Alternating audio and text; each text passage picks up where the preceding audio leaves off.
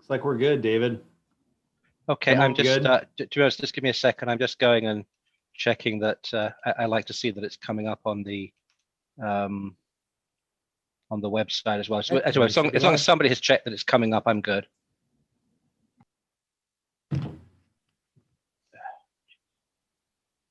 Just trying to go and change my browser or something. All right. Okay, not to worry. All right. Okay. Good evening and welcome to the March 11th regular board meeting of the Webster Groves School District. Has everybody had a chance to review the agenda? Yes. And does anybody have any amendments they'd like to make to the agenda? Yeah, I would like to pull a couple of board policies out of the consent agenda. So Okay. policy GCBDA and policy GDBDA, which are for the leave, the professional staff leaves policies. All right, so we have a motion that we pull those two policies. Do I have a second? Second. Thank you. All in favor? Aye. Anybody opposed? And Ms. Clendenin will be listed as an abstention. She is, she's on, but she's not on video, so she's choosing to abstain, but she is available to take part in the discussion. Okay, so with those so removed from the consent agenda, do I have a motion to approve the agenda as amended? I move we approve the agenda as amended. Second.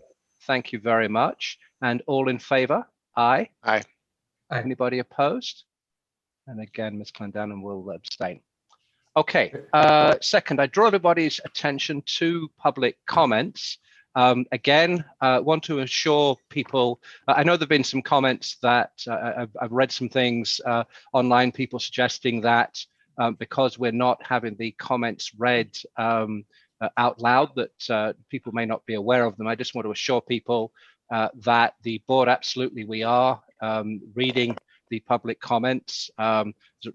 Specifically, if you do have things that you would normally address in person to public comments, encourage you to submit them to the board secretary so that those can be included in there. And I want to assure you that we do read them, and they have exactly the same weight that they would have if you were to be in person and going and reading them yourselves.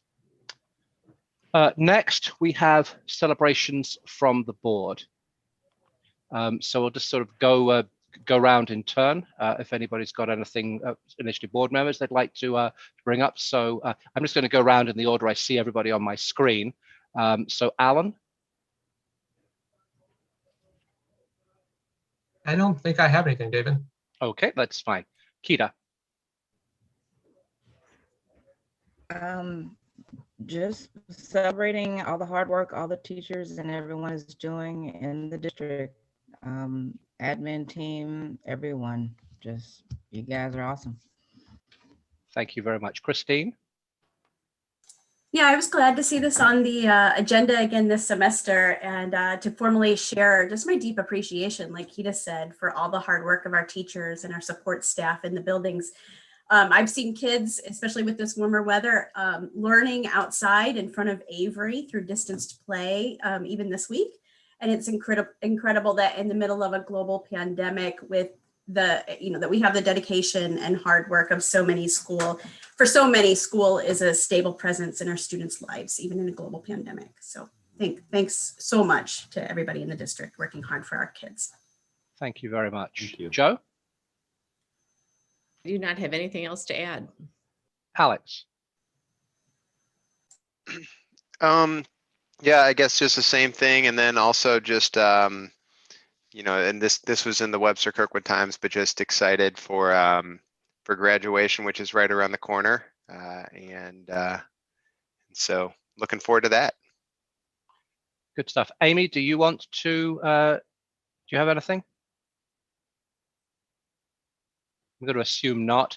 And okay, so celebrations from administrators, John. Kathy, do you want to jump in and share a few? Sure, I'll start. They're all from the high school. Justin Barker and Erica McGee have been chosen for the 2021 Missouri Scholars 100, which honors the top 100 graduating seniors in the state. The following students finished the 2021 University of Missouri St. Louis Bridge Program: Colby Cunningham, Jocelyn Hill, Elijah Houston, Aaliyah Keith, and Mallory Stewart. Lillian Maynor has been awarded the Chelsea Dietrich Gap Year Scholarship, and she will spend several months volunteering in Nepal.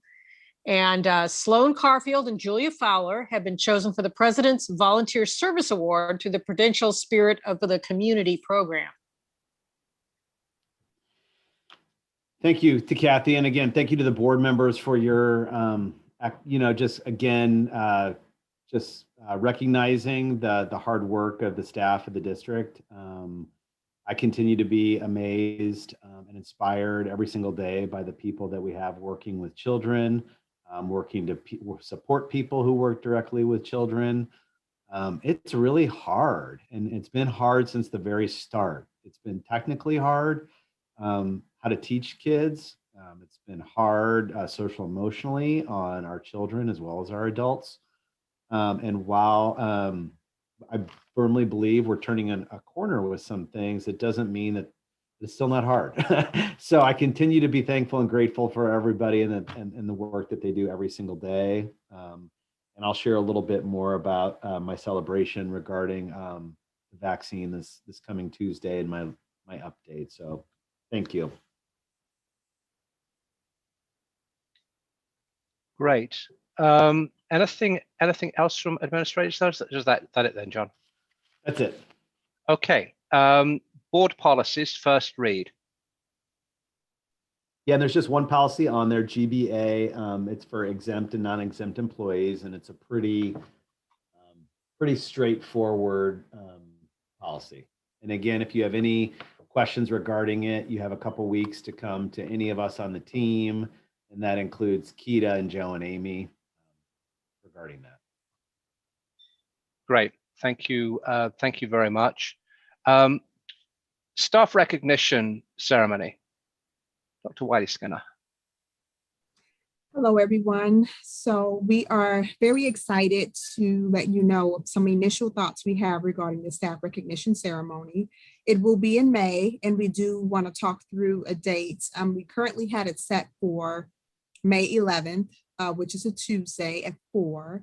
However, the committee came together, and I think we've landed on the recognition ceremony looking very similar to how the high school graduation looks, where we will be on Moss Field, and we will have all of our retirees and then our leveled or tiered employees being recognized as well. In addition to that, we are hoping to get one of those electronic billboards that you will see off of Highway 44 with some of our retirees on there, so that we can celebrate them that way, in addition to celebrating them via Facebook, as well as having on our website a site or a time specifically for them to be kind of featured, and then emailing staff each week about a new retiree each week so that they can see that and they'll be able to celebrate with them. So it's a number of different activities that we're putting together, of course, still extending to them a gift. Of course, we could never repay them for the service they provided to the district, but something to give to them to let them know that we appreciate them, as well as the potted plants. So there's some things that'll still be reminiscent, but our goal is to hopefully have something very similar on Moss Field on either May 11th or May 12th. And the reason why I say May 12th is we did not know that we would be considering outdoors. And if it were to rain on May 11th, then Roberts Gym is now not available because they scheduled a game, but Roberts Gym would be available on the 12th. And so we would be able to potentially, of course, have it on Moss Field if the weather permits, but if not, then have it in Roberts Gym should the weather not cooperate with us. So just wondered if you guys considered your schedule. The start time is typically around 4. And so typically it doesn't run too long. We typically kind of get in and out in about an hour or so. So hoped and wondered if you guys would consider to see if May 12th could work for your schedules for that day, or if not, we can keep it on the 11th and try to find a different alternative location.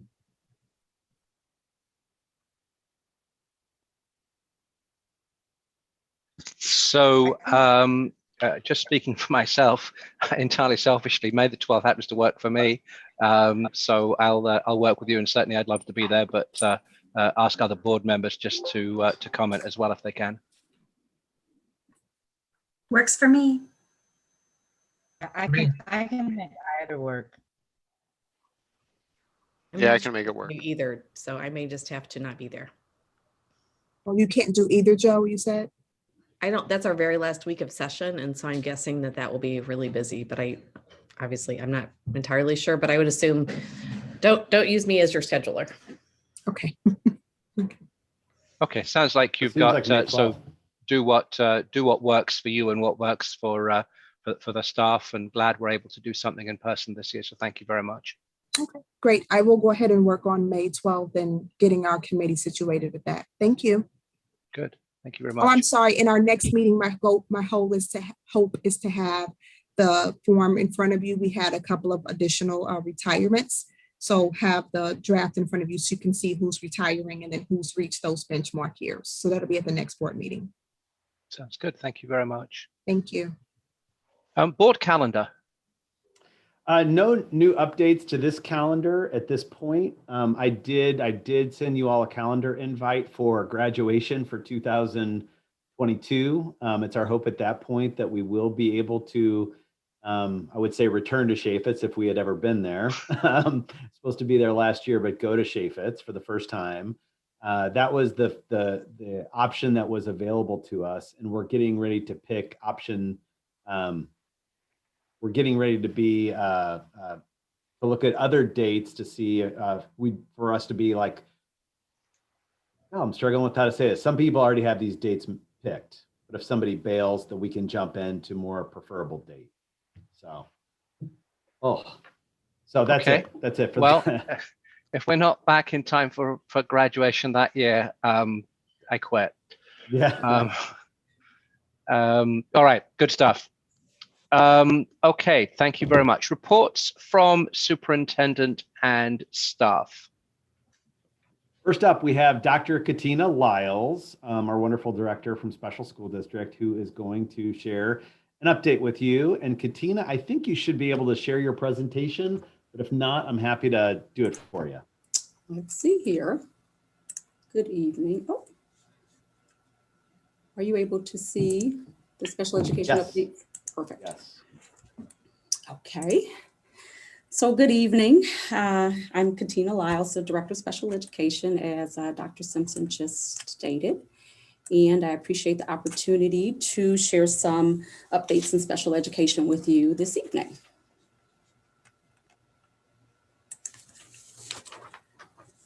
A little bit more purpose-wise is around what I will be sharing about is a bit on our special education categories, process, and models of services, the focus that Special School District has on planning with partner districts, and some things that we're doing around strengthening that partnership.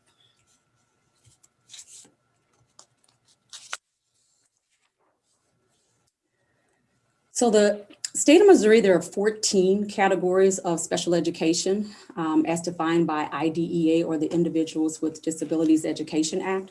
So in order for a student to qualify for special education services in the state of Missouri, the team must determine that they have an educational disability in one of the following 14 areas.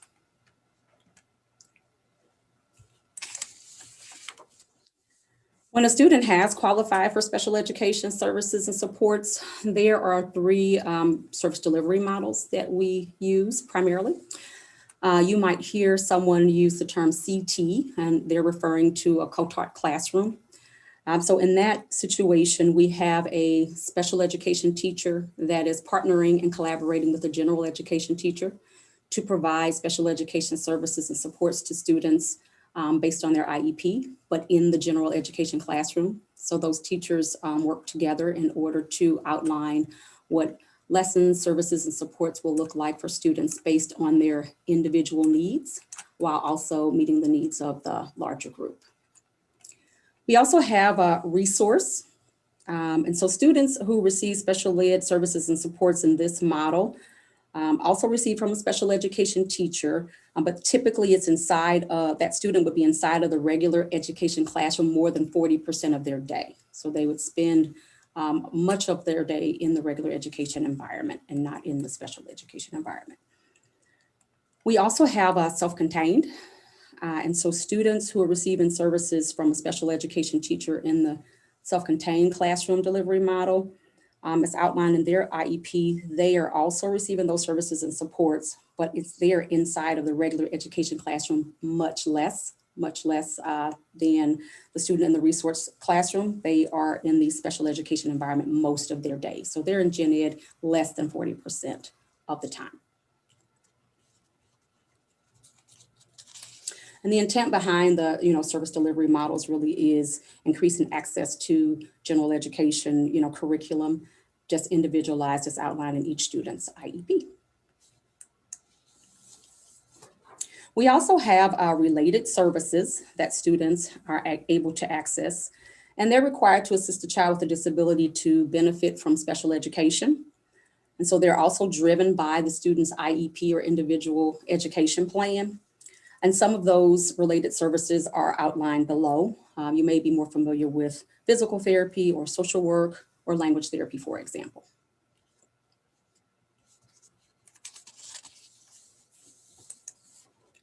We also have students being provided in regular ed classes or in other education settings, supplementary aids and services. And those are intended to enable students with disabilities to be educated with non-disabled peers to the maximum extent appropriate. And that is also driven by the student's IEP or individual education plan.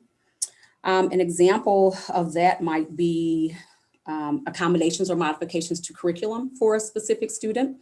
It could be environmental as well. For example, a physical therapist might support some changes in modifying the instructional space for a student to ensure that they can access the classroom in order to then access curriculum.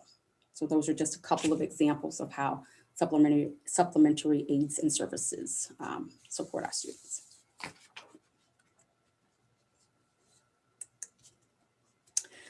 So as we focus on our planning with Webster Groves School District, here are some of the ways that we have partnered. So the superintendents, our superintendent, Dr. Elizabeth Keenan, collaborates with superintendents around St. Louis County. For example, they have individual meetings or roundtables regularly. Another way is the annual budget meeting that we've had this last 2 years. And actually some of this information that I'm presenting to you tonight comes directly from that budget meeting in our meeting with executive leadership in the Webster Groves School District and the executive leadership at Special School District. More on my level and inside of district is that partner-district partnership. So for example, myself, I meet with, myself and the special education administrative team meet with John M. Thomas so that we can regularly, so that we focus on collaboration, just discussing those things that we need to do to ensure students are being successful. We also have our area coordinators. They work directly with obviously the principals at the building level because that's where they are day to day. And then again, I mentioned before this process of planning for the annual budget meetings, like we're working together to talk about, for example, this year, what are some of the things that we wanted to present and have conversations around. So there's definitely been a focus on what the partnership looks like.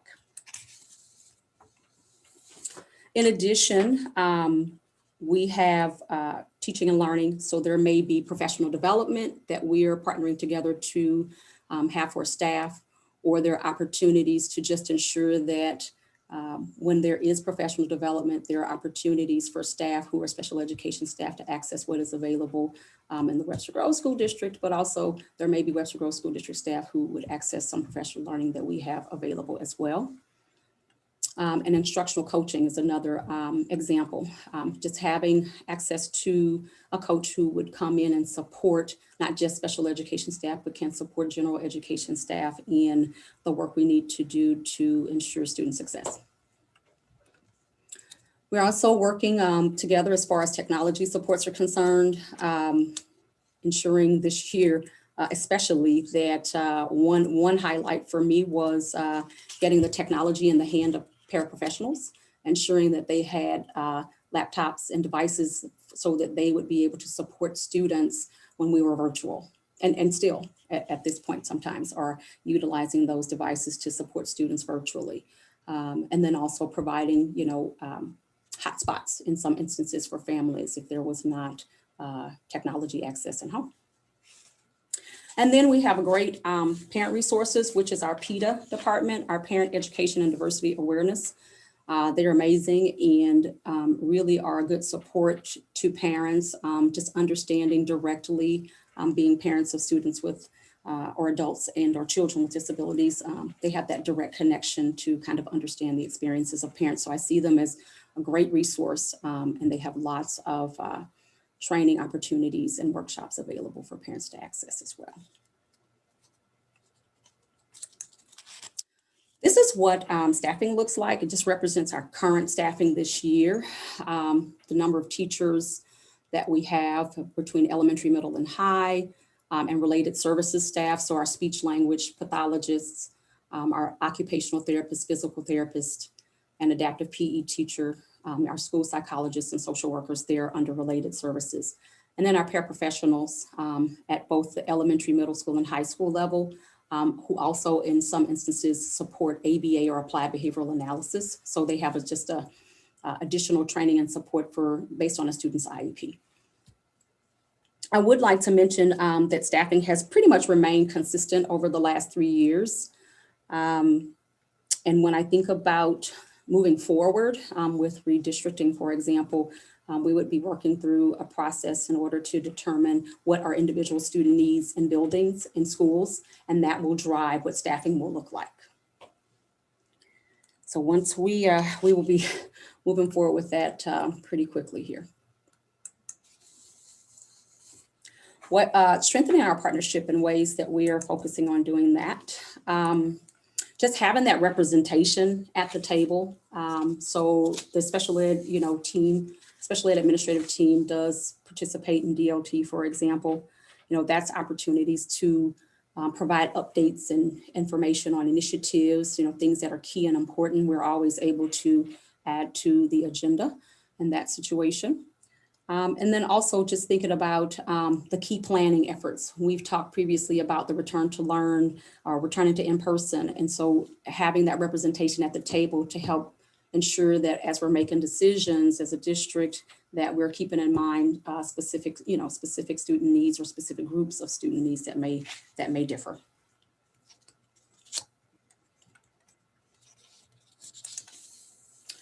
And next steps, I would say I'm really excited about next steps. So one of the things that we have been working on, I've been working with the instructional coordinators and with Dr. Adams' office, John M. Thomas as well, and the special ed leadership team. We have been looking at our multi-tiered systems of support, or you might even hear RTI as a term, response to intervention. Just looking at what we currently have in place to support students in the different tiers based upon their needs, and just really working together to outline what it is we do in the special education as well as the general education environment, and just having that as a reference point to look at from the perspective of what are we lacking? Where are some gaps? What is it that we aren't doing right now that we need to be looking at in order to meet needs of students, but also what is it that we're doing right now that we can take an opportunity to celebrate and that we're seeing outcomes around. So that is really one of the big next steps, is to continue with that, and it will drive things like the staffing that I talked about earlier. As we outline the model for how we will support students in the district in the tiers, what does staffing look like for that? What do we need to ensure that students are ultimately successful? So I'm really excited about continuing that work as we move forward. And that concludes my short but powerful presentation. And are there any questions?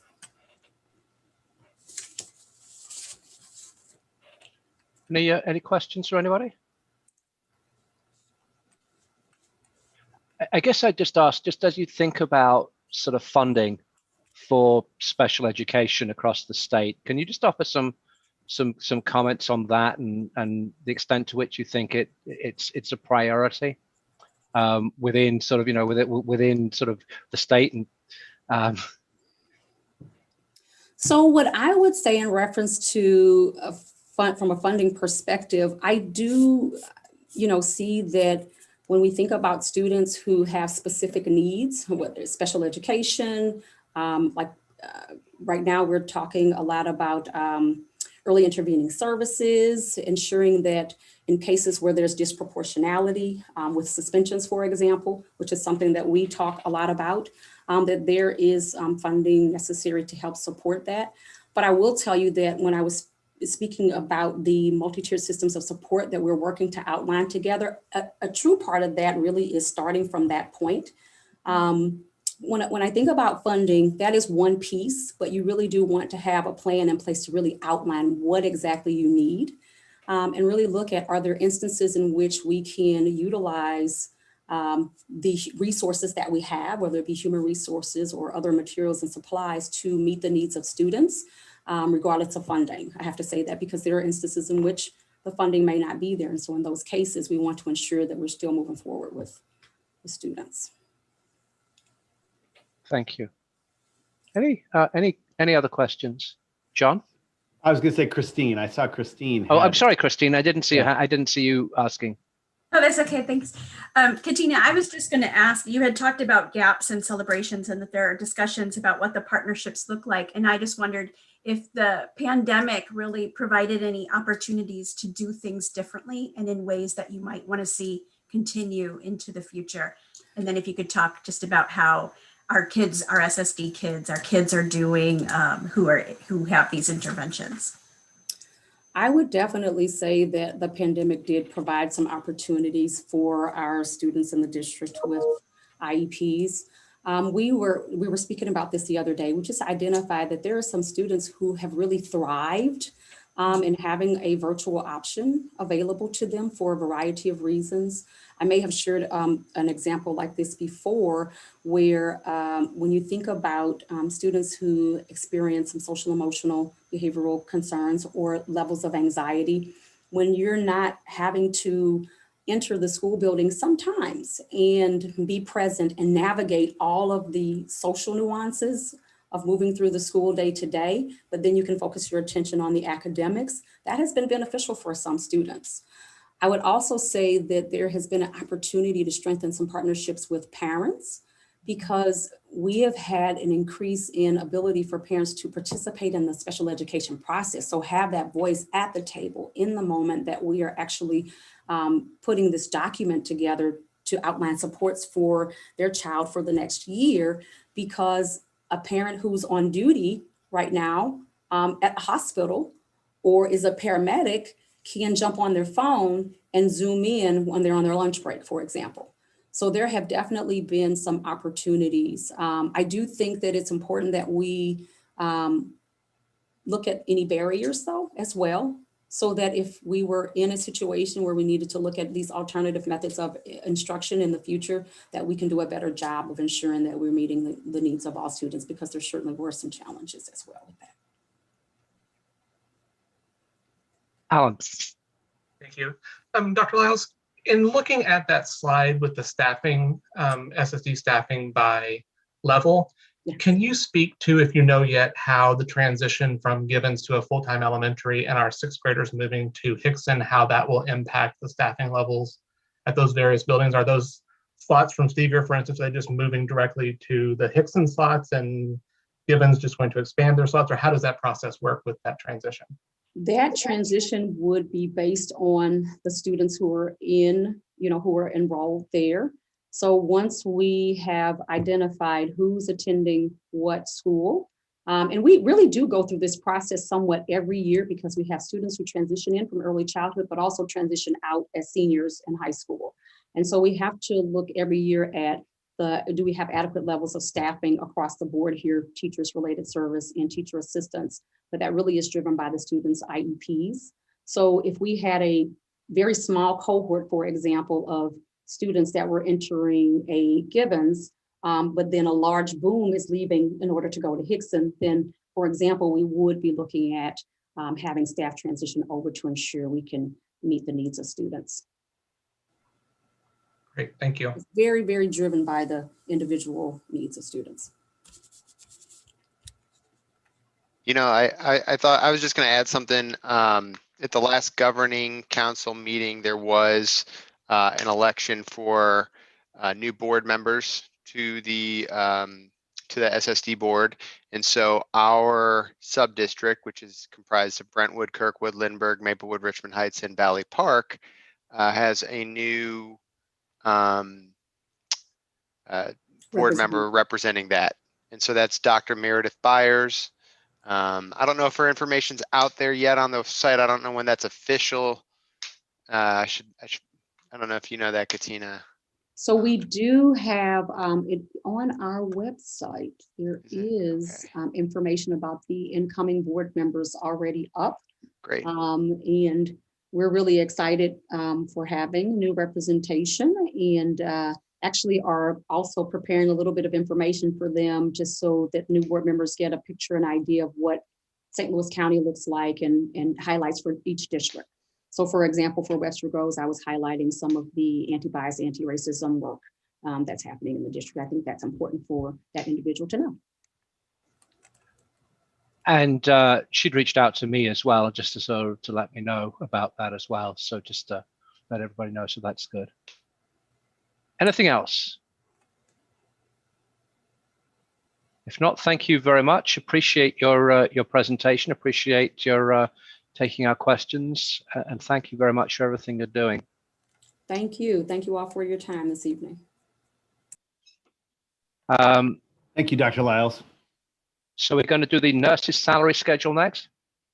You know, was that originally there? I felt like I accidentally hit something. Was the nurse's salary schedule next on your agenda? So that was actually number one, and then Dr. Lyles was number two, but I was happy to let her go because I thought she might actually not want to sit through the entire board meeting.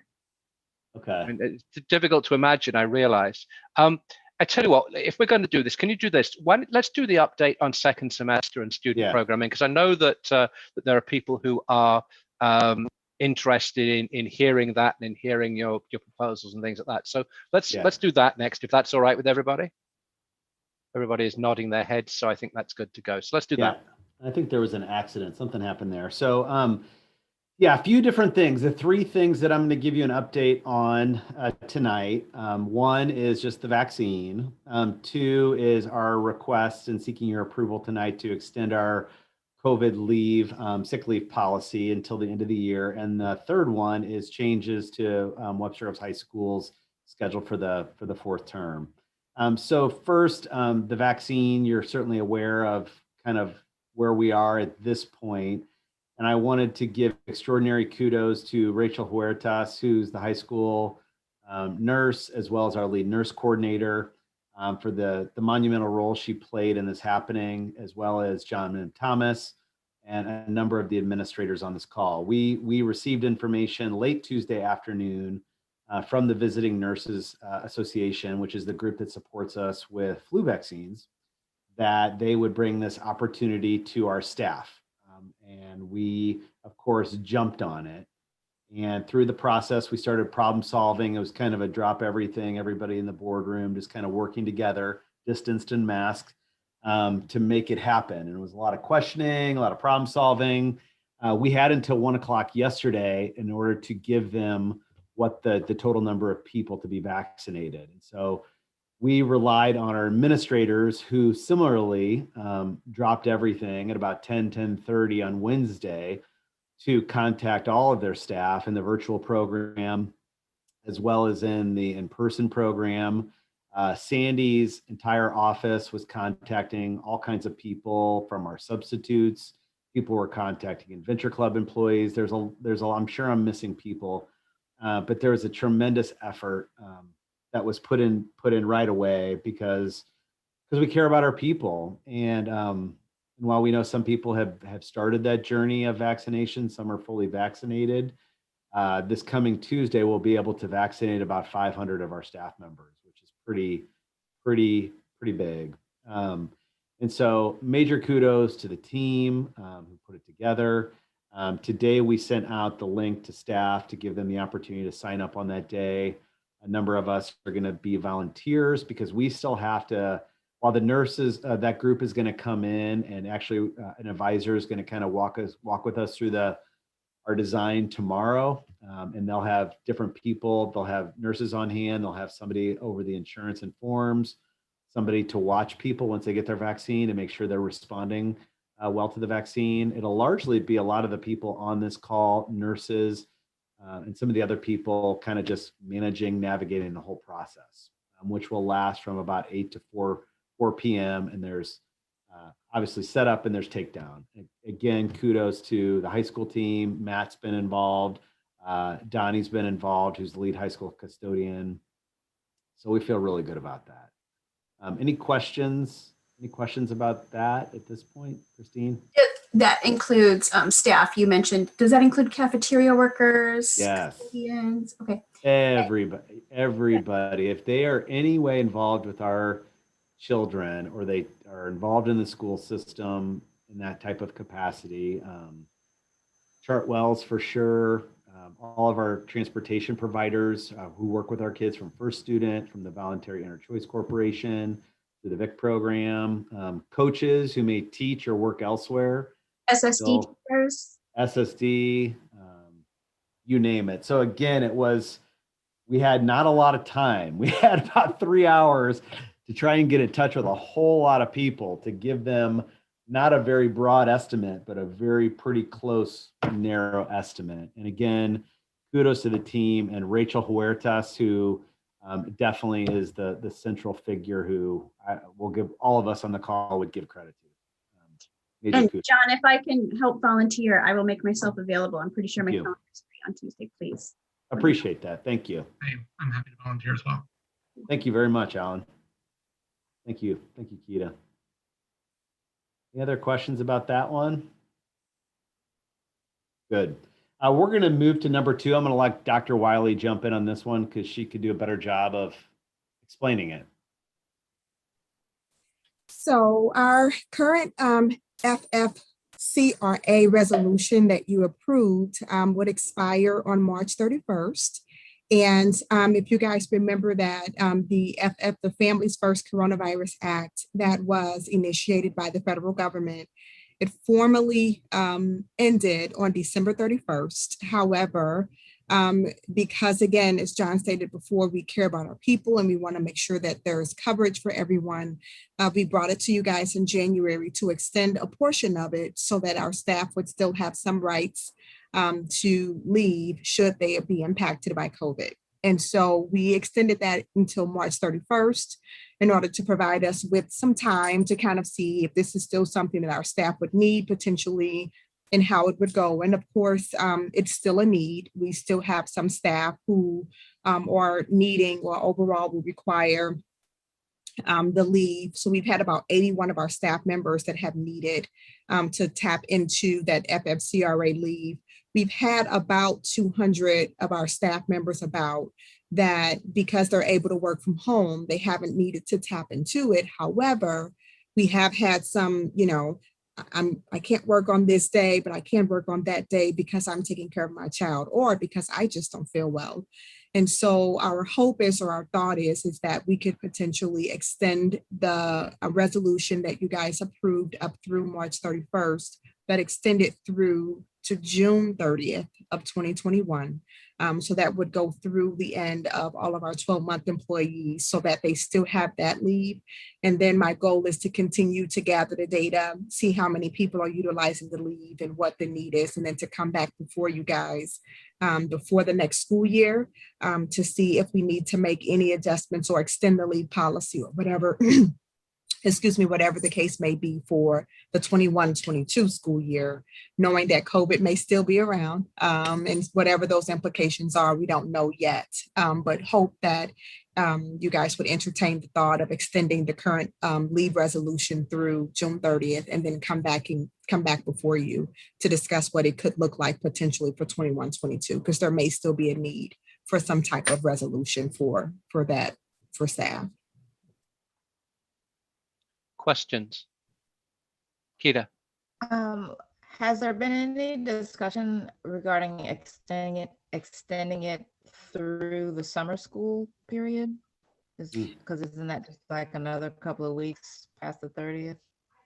Yes, so we can definitively extend it if we want through maybe July 15th or so, and then come back and discuss what it could look like for that. But yeah, we could definitively do that. Okay. Yeah, especially since summer school will be in person. I hadn't thought about that, Kita. That's a good idea. Mm-hmm. John, when is our last day of summer school? You know, off the top of your head? July 9th. We start June 7th and then July 9th. Thank you. So the motion is to approve Let's just see if anybody else has got any questions first, John. Okay, all right. So go ahead. Sorry. No, it's okay. I was just going to say the motion, the resolution reads that it would conclude on June 30th. So if somebody wanted to amend it and then vote on it, because it has to be voted on. Well, you don't actually need to amend it. You can just propose it, but with the other date. Okay. So do I have anybody want to make a proposal? I could propose to amend the resolution. So we don't need to amend it. You can just propose it, but with the with the other date. That's all I'm saying. Okay, so would I make it to July 9th or the 10th or something like that? Yeah, I think July the 9th through July 9th. Okay, make a proposal to extend the COVID-19 leave through July 9th, 2021. Okay, do I have a second? I'll second. Christine, thank you.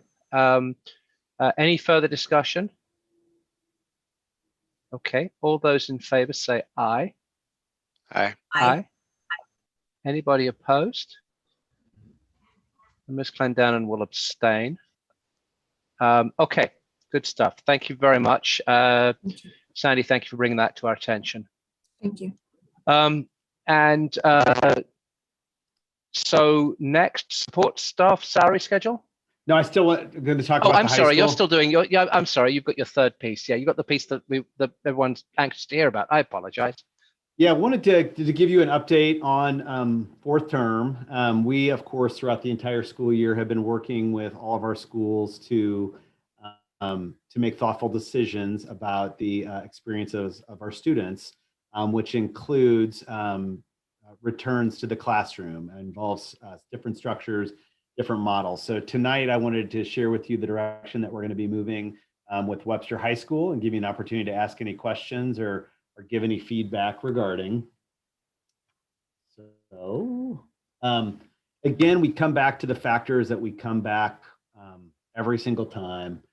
First of all, the lessons that we've learned from the in-person experience. At the very start of the pandemic, it was lessons learned from other school systems, other schools, both locally, both nationally, both globally. And this time around, we've learned through our experiences here also in Webster Grove School District. And some of the key things that we've learned are first of all, that face coverings and spacing of 3 to 6 feet really do work. And that's also, obviously there are other measures such as sanitizing, which is all very important too. And that in person most of our students, I'll say most of our students do better, and they do better academically, they do better socially, emotionally, in every kind of way. We've also relied heavily on advice of medical and health experts. We have been saying since the beginning, we've been following some of the top infectious disease epidemiologists around. They've been guiding the reopening, the reentry, the plans that schools develop to make sure that school can be safe for everybody. And I would say that a lot of these local experts who have been guiding us have been out in front of bodies such as the CDC and other groups in terms of schools being safe places. And by that, I mean schools that put strong mitigation practices in place, greatly limiting the transmissions that would occur or are occurring in schools. We also look at the COVID data so that while we know that and while we've been consulted, has shown up that just because transmission is high, case rates are high in a community, it doesn't mean that the transmissions are going to occur in schools. You may have more cases that enter the school, but it doesn't mean that it's going to change whether schools are safe or not. The COVID-19 data is getting better and better, as Sandy said. I personally still anticipate that we're going to be working with COVID and taking mitigation measures in place next year, at least to some level. But the COVID data definitely is in a better spot now than it's been in a very long time, including when we had our elementary and middle schools go back when. Survey results, correspondence with stakeholders. We're continuing to listen to people. We've surveyed people at a number of different turns. Most recently, we reached out to families just regarding, and staff and students regarding their thoughts and feelings regarding their experiences, both in the in-person and the virtual setting, their thoughts regarding next year. And so we continue to listen to people. And the vaccinations. While the vaccinations that St. Louis County continues to move a little bit ahead, it was, I believe, delayed. But we're looking better and better in terms of the number of vaccinations that are coming in. We have more and more staff that are getting vaccinated. I was encouraged by the number of people in our district who have received a first round already. Again, we'll get shots into the arms of approximately 500 next week. So that's encouraging. That's not a huge factor in this, but it's definitely very, very encouraging. Just a reminder of what the current schedule looks like for our students. And this is students in both the in-person and virtual setting. It's important to remember that our high school staff, many of them are working with kids in both the in-person setting or the responsive learning program, as well as the virtual. And so their schedules must mirror one another. So currently what it looks like on Monday and Tuesday, you have, and Thursday and Friday, the students with last names A to K are coming from 3 hours in the morning, and then they're going home and they're doing the asynchronous learning in the afternoon, which is lessons, which are homework, which are put into Canvas and that they do on their own. And then the L through Z students come in the afternoon, and they're doing the asynchronous in the morning. That's what the current schedule looks like. This is the schedule that we're going to be moving toward. And this would be, all the students would be in the in-person setting 5 days a week from 8:25 to 12:55. Classes would be approximately a little bit over an hour. And then those students would go home. We'd provide lunch. We've got transportation coverage. We got space for any students that need to stay for different activities or for different reasons. And then in the afternoon, those virtual blocks, you'll see a first block virtual. That would be a time on both Monday and Thursday when your first period teacher, your first block teacher, would be connecting with their first period students synchronously, meaning across the computer. It might be direct instruction, it might be check-in, it might be small group work. It could look a lot of different ways, but there's going to be a connection there, and there's going to have to be attendance taken at that time. And the same thing would happen with the second, third, and fourth period blocks. The 3 to 3:25, the learning support, that's designed as kind of think about as like a office hours, where any student in any block can contact their teacher to get support with learning, which certainly is an advantage for this to occur during the school day, because we have a number of kids, although our and we heard in our survey results that our kids are craving connections, kids are craving to be around one another. We don't have the same number of in-person activities that we've had in the past, but we do have kids that go in different directions, whether it's for sports, whether it's activities, whether it's jobs, whether it's childcare of younger siblings, that doesn't allow them to connect with our teachers, whether before or after school. And so this period does allow for those students to connect during that particular school day. That Wednesday time would be a PLC time. It would be also a time for the teachers to work on some of the different virtual lessons that they might be providing their students synchronously, face to face, or computer to computer on the Monday through Thursday time. I will say that this isn't a schedule that's new to the region. There are a number of school districts that have moved to the schedule a little while ago. We contemplated moving to the schedule with the start of the third quarter, but we were still at that time really working and trying to have all of our kids in school for the entire day, because again, we felt we could safely do that in classrooms. We're not, our class sizes actually at the high school are no different than they are at our, some of our classes in the middle school or elementary school. But lunch is a big obstacle there. And we're still committed to getting students that 6 feet of distance from one another when they take off their masks.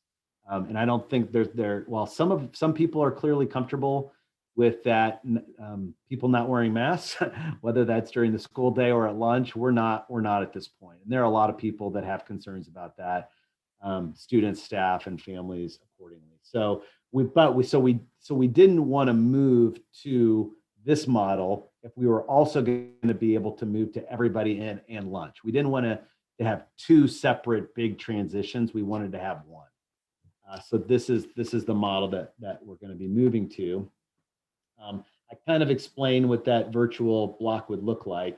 That learning support time would also be a time to provide support for students who are in quarantine and not at school and not in person that day. Some of the consequences of the schedule, some of the ones that I see as favorably on the left side, our students will have significantly more in-person contact time with their teachers. They'll be moving from 180 minutes per week to 310 minutes per week per course with their teachers. They'll have more opportunities to connect with their friends and peers in school. And no, school is not like school was pre-pandemic. It's just not. There's not gathering that is just allowed to happen in hallways, and there's not lunch, and there's not all these different things. But there are more opportunities to connect and be around their peers and their teachers. And also the benefit about all students being able to access that learning support is a benefit. Drawbacks to the schedule. First of all, a disruption to the current schedule in place since November. Some certainly want this disruption to occur, but there's also a number of people who would like things just to stay the way they are, because they've been working with this particular schedule for some time. In some instances, we will have a few more students who will have to quarantine in the event of a positive case at school, just because we'll have more kids in a classroom. So you could expect maybe 1 or 2 kids more per class to have to quarantine in event of a case. Again, I will say that our case numbers have been, knock on every piece of wood, really pretty low, from 1 to 2 over the past 3 to 4 weeks at the high school. So we're not seeing a whole lot of cases, but you could expect the quarantines to go up a little bit. And then less space to physically engage in some learning opportunities. This is something that our teachers in every single setting have been wrestling with from the start of being in person during the pandemic. And that is, we have to keep people as distant as we can. We have to be mindful of sharing of materials and sanitizing. And so currently with the high school structure, you have some AM and PM classes that are smaller that will allow for a little bit more of that movement. And so that was something that we had to weigh with all the different costs and benefits of bringing the kids back. The transition schedule, what would it look like is we would bring the students on Monday, March 29th. We would have a synchronous, asynchronous virtual day. So the kids wouldn't come into the school setting, but they would go with what has been their Wednesday schedule throughout since their return to in-person. Again, this is both in the in-person and virtual setting. The schedule applies. For that Monday. For Tuesday, it would be an asynchronous day of learning for our 9th, 10th, and 12th graders. Our 11th graders will be in ACT for the entire morning. And so we'll also have a number of staff that will have to support that. And it's definitely more complicated because we can't just can't put all the kids into the gymnasiums like we've been able to do in the past. We have to have them way spread out in order to administer that particular assessment. And then on Wednesday, we would begin with this particular schedule. So with that, I will open it up to any questions you have. Joe. I'm just curious. So in that last section where they're at school from like 12:55 to 1:55, so what are they actually doing? Because that's a long time for dismissal and to grab lunch if they're taking the lunch home. Did I miss that? That will be the students and staff's lunch period. And staff typically get a 30-minute lunch, so it will be an extension there. But we also have a lot of students that will, be trying to get home. So some that will be riding buses, some that will be driving cars, some that will be walking. So it's allowing that extended time for people to get home. So yeah, it's okay. So they're home in time for their 2 o'clock. Correct. I gotcha. That makes sense. I wasn't thinking about it. Okay, thank you. Yep. Christine? Yeah. So kids who are in the virtual would be able to stay virtual. Kids who are in the responsive, or I think that's what we're calling it. Yes. Okay. The responsive, sorry. The kids who are in the responsive, they could opt to go virtual in the fourth quarter if they wanted to, if this didn't feel comfortable. Yeah, what we're kind of communicating with folks, if that's something that somebody wants to do, to contact the high school and they did a great job even before we knew that they were working with families to try and provide that type of support. We've had families that have reached out in the K through 8 setting since we've been back and wanted to shift. And I'll say that, sometimes due to some of the class sizes at Hickson, sometimes you don't get the same course. Sometimes you don't get the same teachers. There's a lot of different creative thinking and problem solving that goes into place. But if somebody, and one of the reasons for that shift, Christine, is because, again, we'll be starting a whole round of semester classes. So if space is available, people could change some, especially those elective special classes, and move into the virtual setting. So anybody that's interested or is, and we certainly have the MOCAP, the other virtual programs that at any point anybody can step out and go to one of those. Yeah, but people should contact the high school if that's something they'd like to explore. Other questions? Oh, one other question. So if everybody's going to be there in the morning who's in person, there's more people in the hallways. Can you talk about how you're keeping them spaced? Because, the CDC, I've read, it's spacing and it's masking. Yeah. Not relaxing on. Yeah, no, yeah, we can't relax. I will say that when we've communicated with the doctors, they don't have a big concern about the hallways where there is 5 minutes in between, because kids are not in space with one another.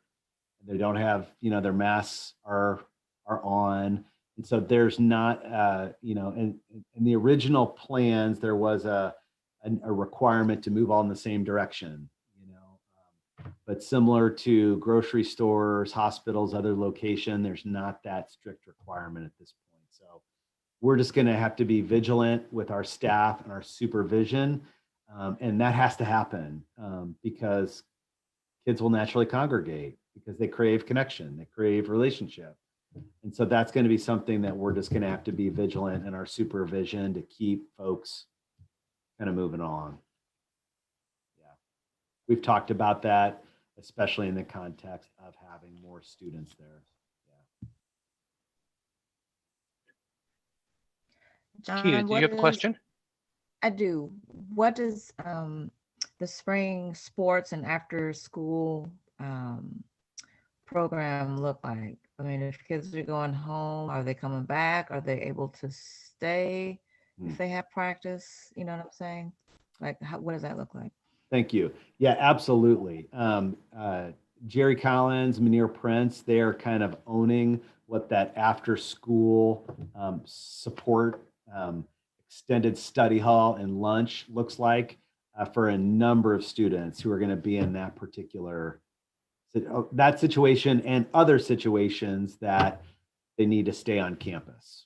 So again, that could be also kids who may benefit from being just on campus and having that extra layer of support. So that'll be a multi-purpose space opportunity for a number of kids, including those who have after-school activities. So then if I may expound on what you just said, so if kids, like you said, if they happen to do better, you're going to create a space for them to be able to stay on campus to finish out the school day and rather than go home and do virtual. Is that what I heard you say? Yes, if definitely, if a need exists for the students, just kind of like first semester, like before we had high school students back, how we invited people to come in. We had adults that were there. We kept them safe. We kept them space. We provided lunch if needed, and we provided that adult oversight. So it won't necessarily be like a time for tutoring. They'll still be expected to get on and connect with their teachers. But the high school, just like they did first semester and they're doing now, will definitely do whatever they can to support those students.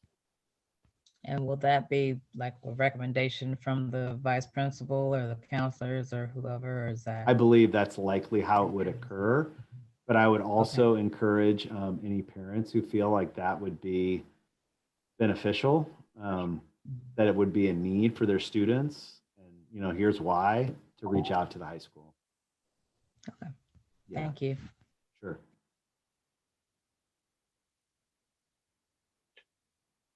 Anybody else? Okay, and so just from a practical standpoint, I mean, we did a while ago, what we said was we asked you to go and you and the administration to make plans to put what it was you wanted in place and then to advise the board as you were doing it. So there's no motion needed at all here. This is, as I say, I mean, you're doing what we've authorized you to do, so to speak, but obviously wanted just to get board input on what you were doing and also just to have you present this to the whole board. So thank you very much. Yeah. If there are no other questions on that, then we will move on. And I think it's the Pam and Sandy show. Okay. Can I start with support staff salary Whatever structure? order, so whatever order you want to go in, please just Okay. go on, and as you need, we'll have presentations, discussion, and then as you need motions, please just sort of let us know. Sure. Okay. Thank Well, you. the first one we'll talk through is the support staff salary structure. Very happy to note that we met with them a couple of times this year, and they really didn't have any concerns for us to really kind of process through, which is good news. They were very happy to meet with us, and we processed through their salary structure. We are very happy to report that we are still competitive and use the market in order to determine what their salary structure would look like for the upcoming school year for 21-22. After a very deep dive into other districts' salary structures and comparing them to our own, we found that there were a number of our employee groups that's within support staff that were actually exceeding the 3% above, which was our goal for support staff. And so for any employee groups that exceeded that 3% above the county median, our recommendation that the committee is in agreement with is to afford those employees a 2% increase, a 2% raise. There are some staff members and employee groups where we were below that 3% above median. And so we have provided them with that equity pay to get the base up to 3% and then to also get their individual salaries up so that they are representative of that 3% above county median. So you'll notice that again in there, the overall increase for support staff is 3.49%. And that does include a combination of those staff members that needed to receive more than the 2% because they were below the 3% over median, and then the staff members that were just at the 2% because they already exceeded it. So we're very, again, happy to report that. That looks good. And our goal would be to continue that work into next year and probably tweak some things to make sure we're still affording our support staff with a very competitive salary structure. So if there aren't any questions, or if, then we would hopefully entertain a motion to approve the 21-22 support staff salary structure. But I will entertain any questions or comments that you may have. And I'm sorry, Joe is the board member that's on that committee. So I don't know, Joe, if you want to share anything. I will just say, I think that committee does a really good job. That the committee, just like our salary committee, people are really aware of our financial position and cognizant of what's going on in the district, and are really really work to make it good for everybody. So I think it's a good committee, and I think I think the recommendation is great. Thank you. Any questions?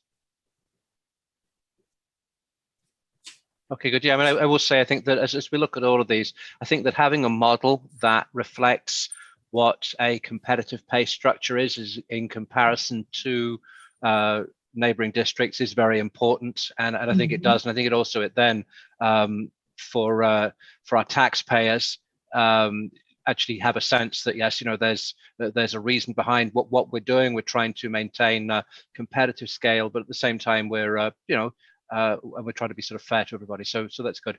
So David, real quick, please. Yeah, so one question I have, and maybe it's just feedback too for the next time around. Is it when you say there's certain areas where we needed to, or maybe it's people where we needed to increase their salary a little bit more to get to that 3%? Is it a person by person thing, or is it more so? And I'm just using these by what I'm looking at, like instructional support is a little bit lower than it should be versus maintenance and custodial? Great question. So what we literally do is, like, under instructional support, we take each category. So instructional aid, library aid, whatever those positions are, and we receive the county median or the county base for all of those individual positions that are under each umbrella, if that makes sense. So then we'll have a list of library media aid and all of the salaries that we found in the county and where Webster falls in there. And then we take an average from there. So what's the average, and then what's 3% above? And then if we find that Webster is below that 3% above, then those are the people in that group would then, it becomes individual then those individuals would receive equity based upon where they are. So it's very multi-layered, but we do take each and every individual title, employee group title, and compare it to the market across the St. Louis County area. And then we go to the individual to determine if they would need the 3% or the flat, or if they're already above it, if that makes sense. Great. Yeah. Other questions? Okay, so I believe you need a motion there. Yes, please. Just to recommend approval of the 21-22 support staff salary structure. Christine, is that you look like you were getting ready to make?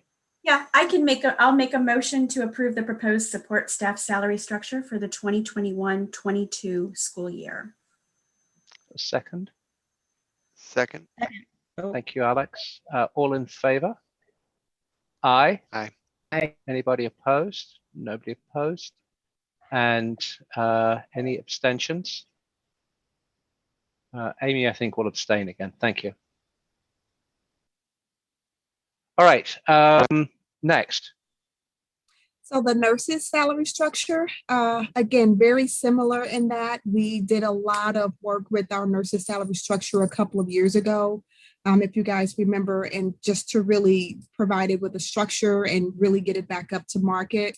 We are happy to say that in comparison, again, looking at where we are for the different columns, the RN, the BSN, the MSN, and the MSN plus 30, again, went to all 22 districts, pulled that data and found where we were. And very happy to report that a majority of our nurses, their salaries were already above our current target of 3% or more above the county median. And so there were a couple of them that would need some equity based on kind of where they fell. The nurses as a group had a number of wonderings that we did talk with as well.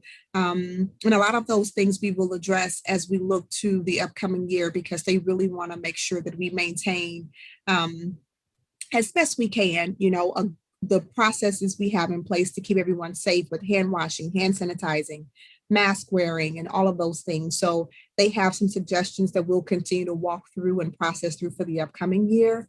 But for the most part, that group, we were able to kind of process through very well.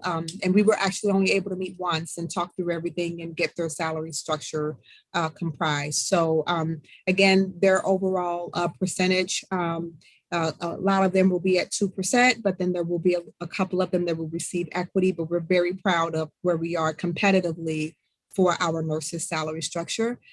So again, that one would need a recommendation, but I will entertain any wonderings or questions for the nurses' salary structure, if there are any. Any questions? Christine? Sure. I just wondered, I read that Pam has suggested that the increase in pay is sustainable and supported, but I didn't know if she had any comments about it. Good evening. Yes, when we look at all of the salaries that we're proposing, we do feel like they are sustainable. As you know, we do have some unforeseen we've had some unforeseen things happen this year with funding, but things are looking better. The governor announced a week and a half ago that he was releasing the withholdings. I listened to a webinar today from DESE and some representatives at the state level, and they acknowledged that yes, that money should be released. They think the formula funding will be up to very close to 100%, maybe 99, just under 90%, 99% to 100%. Where we were originally estimating we'd be 92 to 94% at the beginning of the year. So that's going to be about an additional $450,000 to $550,000 for the district. We also just found out that there's going to be additional funding. We're getting ESSER 2 funding that was allocated to us just a month or so ago.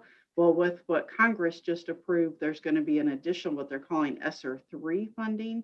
So ESSER 2 was about $900,000 for us. ESSER 3 is expected to be 2 times that amount.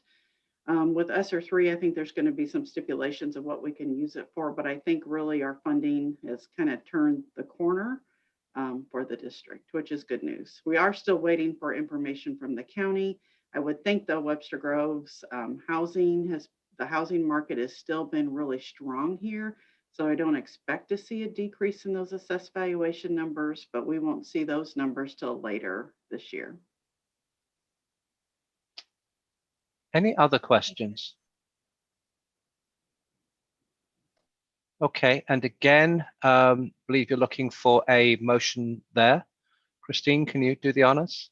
Absolutely, and with gratitude, I'll make a motion to approve the 2021-22 nurses' salary structure. Have a second, please. Thank you, Alex. All those in favor? Aye. Aye.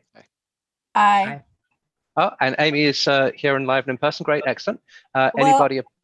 Sorry, just to clarify, I was driving before, and so I couldn't get back and forth to the unmute buttons, but I pulled over, and so now I can participate in votes. Excellent. Okay, thank you very much. Good. But I was listening. I was hanging on every word. No. I knew you. I knew you were listening, and especially yours. Okie dokie. Thank you very much. You should feel free to go back on mute if you want to. Right, going. Excellent. Good stuff. Okay. All right. So that passes. Next. Adventure Club? Yes, please.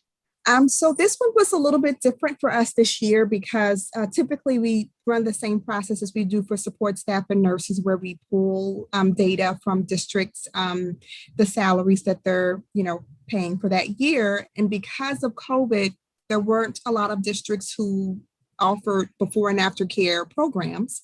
And then when they did offer it, just as ours, it was modified. So it wasn't really a full program as it had been in the past. And so we were able to pull some comps, but a majority of that information was still from last year, again, because a number of districts have not updated anything or did not fully run their program. So our recommendation currently for the Adventure Club process, we did meet with the Adventure Club coordinator and with the director, and we processed through some ideas. And so our current thought is to maintain our current salary because it is still competitive. It is still kind of where the target is. And just afford all of our Adventure Club employees a 2% increase above what they're making, so they would receive a raise. However, the base of the salary structure would remain the same as it was for 2021, sorry, it'll be the same for 21-22. But all Adventure Club employees, our recommendation would be for them to receive a 2% increase in their salary for the upcoming year. And so that's pretty much all that I have to share about Adventure Club. I don't know if there's any questions or wonderings about that. And if not, then we would, of course, entertain a motion to approve that structure. Any questions about the Adventure Club? Okay, Christine? Yes, I'll make a motion to approve the Adventure Club salary structure for the 2021-22 school year. A second, please. Second. Thank you, Alex. All in favor? Aye. Aye. Aye. Anybody opposed? Okay, and so that passes. Excellent. And administrators. So the administrator salary model, there's a copy of that in your packet, which is the model that is recommended for next year. That model is based off of the same model that has been used for the last several years in the district. It was developed to bring internal fairness and consistency to the administrative salaries while also being competitive with the other St. Louis County districts. So it's similar to the teacher's salary model in that it looks at the median salary for each position. But one thing that's different about the administration model is that it also looks at years of experience. So we are able to get years of experience from the other county districts, and then we compare that to the years of experience of our employees.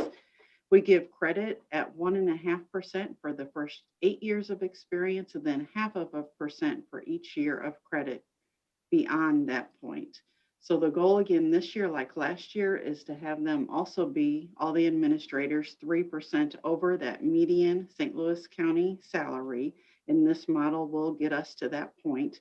So if you're over that, you're going to get a 2% raise if your salary is already over that goal of being 3% over the median. If the individual salary is less than the goal of being 3% over the median, then they will get an equity raise. So they will get more than the 2% to get them to that goal salary amount. So the total cost of this model looks like it's going to be right around 2.5%, which is slightly less than the teacher's model that was presented to the board. And this model tonight is just for you to just review. You'll be asked to approve it at the next, considered for approval at the next meeting. Okay, thank you very much. Any questions?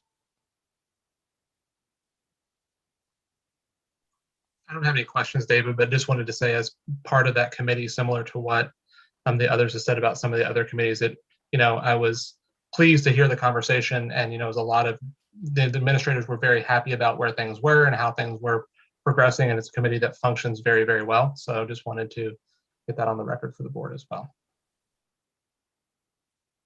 Good. Thank you, Alan. Thank you very much. Okay. That's great. So in that case, strategic planning, Dr. Simpson. Yeah, just wanted to kind of give the board a taste of what's coming. Last year, it was February when I presented to the board something quite similar to this in terms of what the process was going to be to develop goals, priorities, measurements, and talked about the what the direction we wanted to move, that I wanted to move, you supported at the time, having a 1-year plan that gets reviewed regularly, trying to keep some of the guideposts, some of the goals the same, but looking at consistent measurement, adapting strategies. But then COVID hit and none of that happened because we turned and we shifted to everything we could do to, again, help educate our kids, keep people safe, all of those kinds of things. And it was honestly a perfect reason or a perfect example of why creating anything that is 3 years out, putting too much energy and effort into strategies 3 years down the road, especially in this ever-changing world and things that happen, isn't the wisest. So we have to think strategically, we have to think visionary out, but not get too far down the road with thinking through implementation. So the plan that we're looking to do for at this point, I've kind of outlined here, is now through April, and there's been a lot of work administratively behind the scenes on working on some of this stuff, but to finalize some goals, some strategic planning goals, priorities, and measurements that would be reviewed prior to coming to you, the board, by adults, by community members through the CCC, through staff, through our district professional development group, as well as through student leaders at the high school, and then our district leadership team. So those would get reviewed, get the feedback, get the thought. On the 22nd, we would come to you, ask you to approve the 21-22, the goals, priorities, and measurements. Then if you did, on June, we would present both how we took those goals, priorities, and measurements, and we applied and we aligned them with our direction of professional learning, how we budgeted around those goals and priorities. And then we would also provide you with an understanding of how are we going to accomplish them. And that's through the macro strategies, not getting into a lot of the details, but what are the big strategies that we're going to employ next year to accomplish these.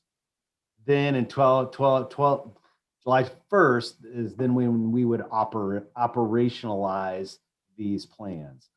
Then in the fall and winter, what we would do is we would look to convene a committee of sorts, a strategic planning committee of sorts that includes district stakeholders to both review progress on the plans and get thoughts and feedback regarding both the plan as well as the process moving into 22-23.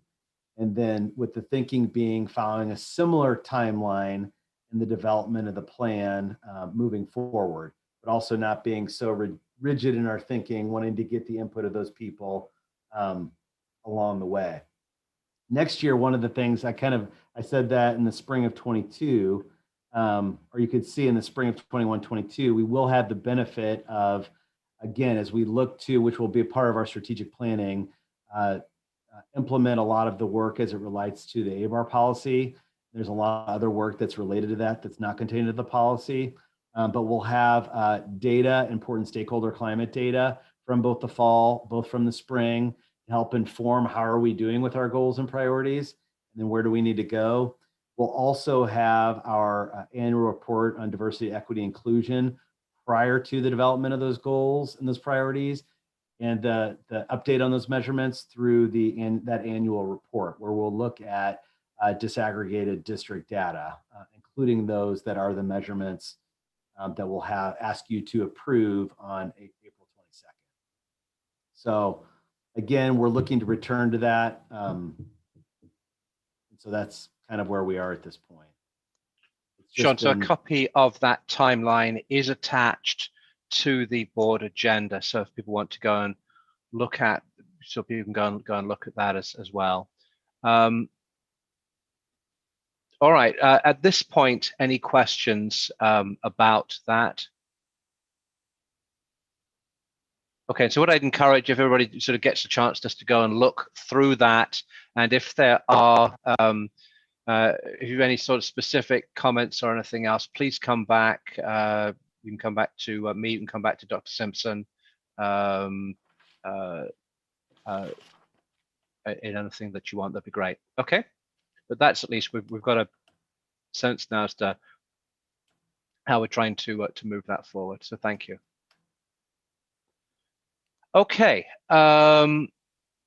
Next, I think we have the consent agenda. Before actually, that, David. Oh, sorry, we had some things that came off the. The policy GBDCA. I apologize. Yeah. Okay. Yes. Okay. Please. I'm going to ask Sandy just to kind of speak to what kind of where we went from some of the feedback that was given by the board last time around. The discussions had at the issues level. Alex was present for those meetings and kind of where we landed. Okay. So thank you guys for time again to speak about these two policies. It's GCBDA and GDBDA. One is directly related to certified staff and the other one is directly related to support staff. Again, both policies pretty much read the same. When we presented the last time, I know we received some feedback about adoption leave and we wanted just to provide some feedback with that.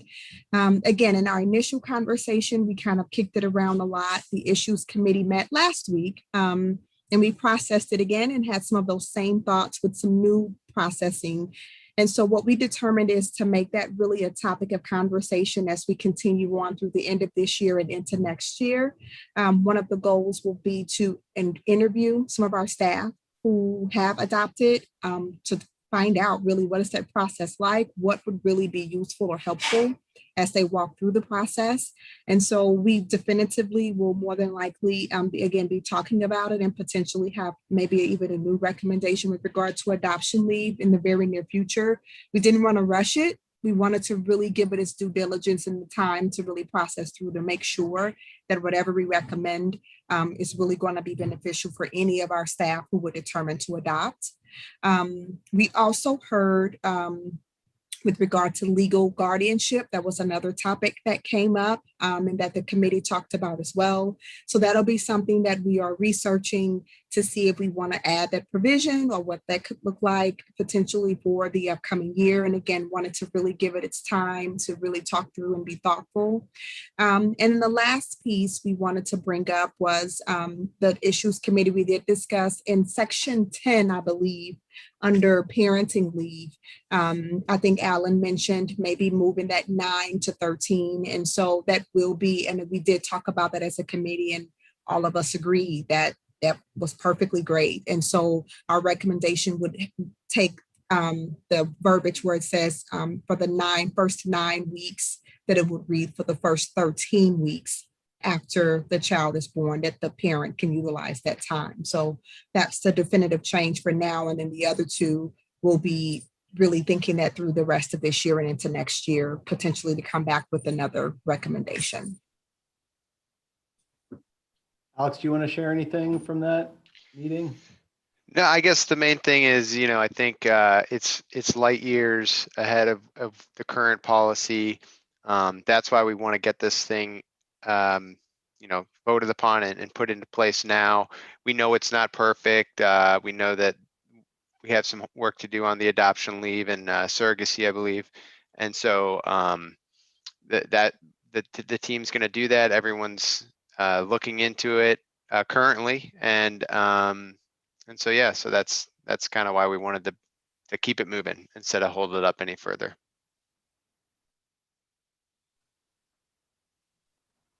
So I think my Wi-Fi is. No, we can hear you, Christina, and we can see you. Thank you. It just might not be catching up. But the policy that I pulled up, it still says 9 days. So are we approving that right now? I don't know if it's, I'm sorry. I was gonna say, is it 9 weeks? I'm sorry, 9 weeks. Okay. Yeah, so we need to change that to 13. I'm sorry, Alex, go ahead. I apologize. You're good. Procedurally, for us to approve the policy tonight, Doug had counseled us to leave it as is and then have a board member in making their motion recommend that be changed. Okay. Yeah. So does that need to come back for a second reading though? Is that then presented first time tonight or? No, that would be allowed to be approved tonight. If we had edited it and put it back on, then he said it would have to be presented for the first time. Okay, and so Sandy, is that your recommendation? Yes. Okay, all right. Just want to make sure we've got all our ducks in a row here. Mhm. So Alex, did you have a proposal you wanted to offer up then? You know, I did, and I think I restarted my computer, but I can give it a shot here. Either that or Christine probably has it up and ready to go. If Christine does, great. Otherwise, I can fumble through it. I have it typed out if you need the support, Alex. Go for it. All right, so I move that we amend policy GCBDA, the section 10 parental leave policy by striking within 9 weeks of the birth of the child and replacing it with within 13 weeks of the birth of the child. I'll second that. Okay. So any further discussion? If not, I'll call the question. All those in favor? Aye. Aye. Anybody opposed? And any abstentions? Okay, so that passes. And then, was there a second one then? You'd pulled, I Yes. think, Alex? Yeah, it was. Well, I think it was the support staff and the I don't know what the staff and the Yeah. support staff. I have Yes. the second one too, if you want me to just read Why it. don't you go ahead, Alan? I move that we amend policy GDBDA, section 10, the parental leave section, by striking within 9 weeks of the birth of the child and replacing it with within 13 weeks of the birth of the child. Okay. Any further discussion? Oh, sorry, second. Thank you, Alex. Any further discussion? If not, all those in favor, say aye. Aye. Aye. Anybody opposed? Okay. And any abstentions? Okay, and so that passes as well.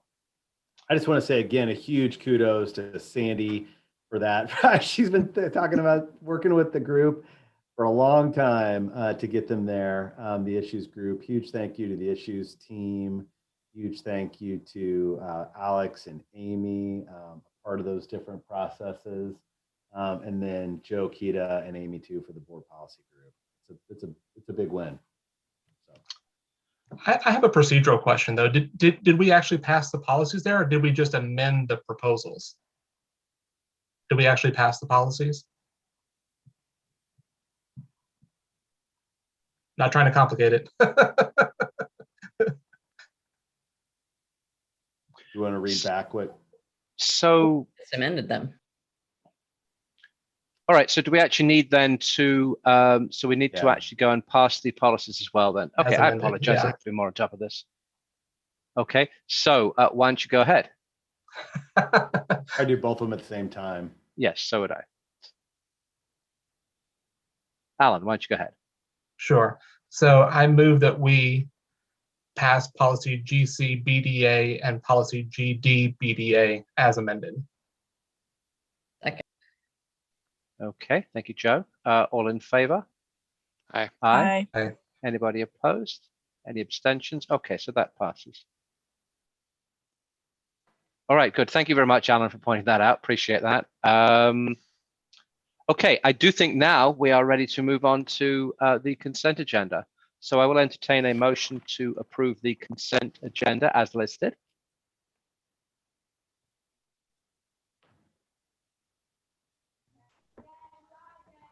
Keita, are you ready to go? Sure. Make a motion to approve consent agenda items 5.02, 5.03, 5.04. We can still include 5.05, right? Yep. Then it's been Yes. 5.06, 5.07, 5.08, and 5.09. Okay. And all those in favor? Aye. Aye. I'm sorry, who seconded? I'll I can second. second. Thank you. Thank you, Christine. All right. So now all those in favor? Aye. Aye. Anybody opposed? And any abstentions? Okay, so that passes. All right. Next, I will entertain a motion to move into executive session for the purposes of discussing personnel and property. So moved. Okay, and a second, please. Second. Thank you, Keita. And roll call vote, please. Mr. Addison, Yes. Ms. Stahl, Yes. Ms. Clendenin, Yes. Ms. Keller, Yes. Ms. Quinn, Yes. Mr. Khan, Yes. Mr. Todd. Yes. So if we can move this into